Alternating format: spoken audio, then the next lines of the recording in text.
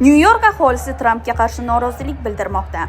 Nyu-York ko'chalarida minglab odamlar Tramp ma'muriyati siyosatiga qarshi norozilik namoyishiga chiqdi.